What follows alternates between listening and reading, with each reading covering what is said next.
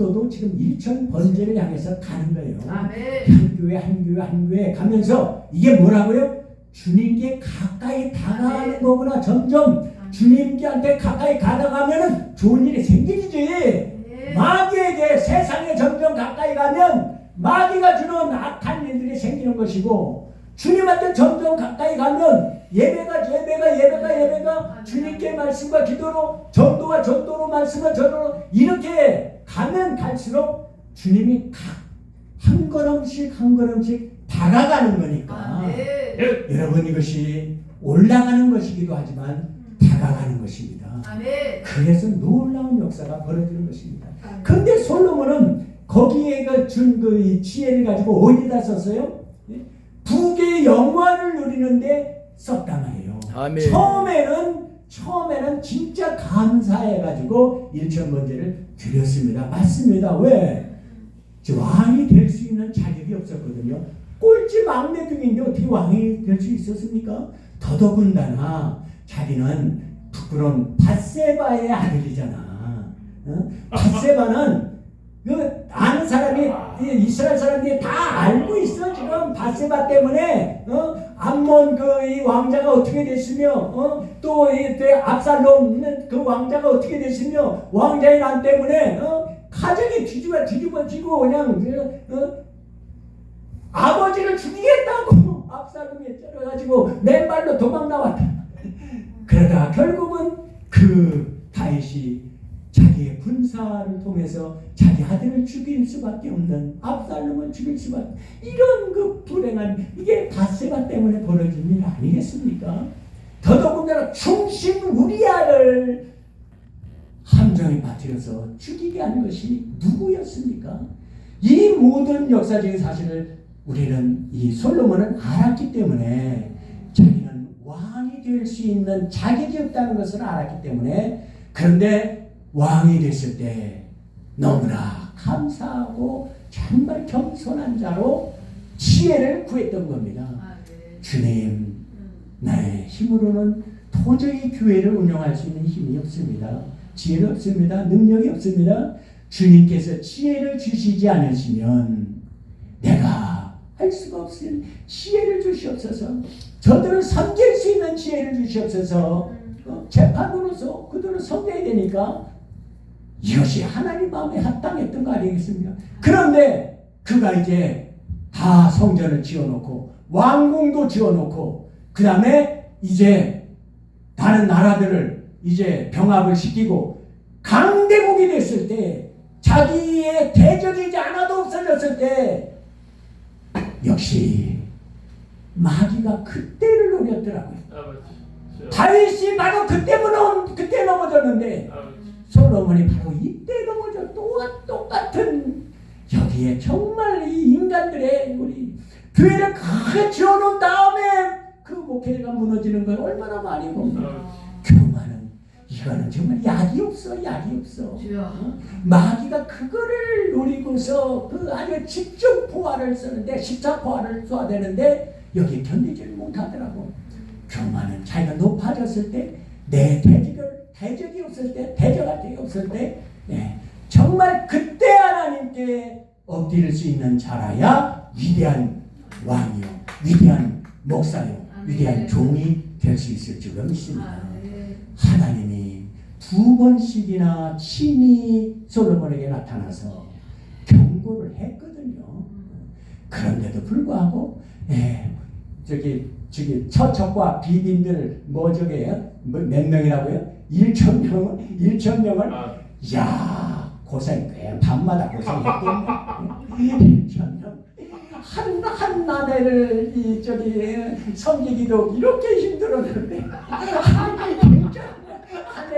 야, 이게 지혜자니까 이게 멍청거리지. 늙어보니까 알겠는데 멍청거리지.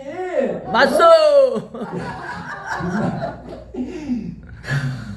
나중에 쇠한테 낳고 전도서를 그래서 쓴 거야. 모든 것이 헛되도다. 이 모든 것들이 내가 다 해봤는데 헛바람 잡는 것이로다. 나보다 더 먹고 마시는 일에 나보다 더 해본 사람이 있으면 나와보라고 해. 라고 전도서에 나오더라고. 여러분, 여기서 그래서 제가 바로 이 마지막 지난 이제 큰 축복이 이제 임할 거니까, 큰 축복이 상급이 임할 거니까 이제 거기에 조심하라고 바로 이 계시록을 제가 덧붙여 주는 겁니다. 이게 붙어줘야 이제 하나님의 상급이 온전해지는 겁니다. 아멘. 이 상급이 온전히 나에게 축복이 되는 것입니다. 아멘. 이 11장 계시록 11장 뭐라고 그랬어요? 방금 우리가 봉독했는데 7번째 나팔, 마지막 나팔이 불리는 것이 11장에서 이제 나팔이 불리는 거예요. 마지막 나팔이 불리는 거예요. 마지막 나팔이 불리니까 어떻게 했어요? 24장로들, 보좌에 앉았던 장로들이 내려와가지고 어린 양 앞에 무릎을 꿇고 거기서 절하더라, 경배하더라. 여러분, 24장로가 누굽니까? 이 땅에서 하나님의 일을 열심히 해서 상급의 면류관을 받은 자들의 예표 아니겠습니까? 보좌에 앉아있는 승리한 자들이 아니겠습니까? 그런데 그들이 어떻게 했습니까? 나팔이 울리자마자 어린 양 앞에, 주님 앞에 바싹 엎드려 버리잖아요. 그러면서 주님께 영광, 주님께 영광. 오히려 그 면류관을 던지는 장면이 나오지 않습니까? 이건 주님 것입니다. 내 것이 아닙니다. 바로 이 장면이, 이게 계시록입니다. 마지막에 우리가 이것이 붙어야 하나님, 우리가 교만하지 않고 진짜 축복을 받을 수 있는 것입니다.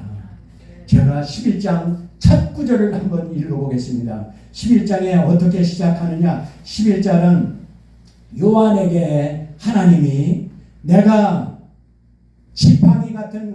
내게 지팡이 같은 갈대를 주며 말하기를, 일어나서 하나님의 성전과 제단과 그 안에서 경배하는 자들을 청량하되 성전 밖 마당은 청량하지 말고 그냥 두라. 그것을 이방인에게 주었은즉 제가 거룩한 성을 42달 동안 짓밟으리라. 이는 이 땅에 주 앞에 서는 두 감람나무와 두 촛대니. 아멘. 자, 보세요. 마지막에 7번째 나팔이면 이제 마지막 나팔이 불리는 거예요. 그런데 뭐 한다고요? 측량하러 가서 어디를 측량해? 세상 저 멸망받을 심판받을 그 세상을 측량하라고? 아니, 성전을 측량하라는 거예요. 성전에서, 성전과 성전에서 경배하고 예배드리는 자들을 측량하라. 요한복음 지금 이게 우리가 계시록을 왜 알아야 되는지를 알아야 되는 거야. 지금 이제 마지막 심판의 7번째 나팔이 불리면서 뭐라고요? 갈대 잔을 주면서 요한복음 가서 거기서 예배드리는 자들을 측량해 보는 거예요. 그 마음이 진실로 겸손한가 아닌가, 진실로 청지기의 노릇을 하고 있는가, 자기 왕 노릇을 하고 있는가, 다 청량하라는 거예요. 교회마다 다니면서 교회들을 청량하라는 거예요. 지금 이게 계시록에 나와 있는 얘기입니다. 지금 이게. 예? 그래서 그 중에 이제 두 증인이 나오는 거야. 청량해 봤더니 이제 두 증인이 나와서 이제 불을 내리기도 하고 능력을 전하기도, 그 대적들을 향해서 싸워서 이기다가 짐승에게 결국 죽어서 다시 하나님의 부활시켜서 승천하는 그 역사가 바로 7번째 나팔, 여기에 나오는 것입니다. 여기에 가장 중요한 핵심 포인트가 있는 거예요. 여러분, 청량하고 있다는 것이 하나님이 재보고 있다는 거예요. 지금. 응? 지금 우리들 심령의 잣대를 지금 넣어보고 있는 거야. 넣어봤더니 매네 대겔 우바르신, 너는 부족하다 똑 떨어졌네. 이게 뭐예요? 무너졌도다 큰 성 바벨론이요. 이게 계시록의 결론입니다. 우리는 정말 하나님께 놀라운 축복을 받아야 되는데 두 증인의 축복을 받아야 되는 겁니다. 증거하는 자, 복음을 전하는 자, 우리는 만나는 자에게 가서 하나님의 살아가심을 증거하고, 만나는 자마다, 영접하는 자, 그 이름을 믿는 자에게는 하나님의 자녀가 되는 권세를 주었습니다. 우리는 바로 이것을 증거하는 자요, 하나님의 살아계신 것을 증거하는 자요, 같이 믿었고요.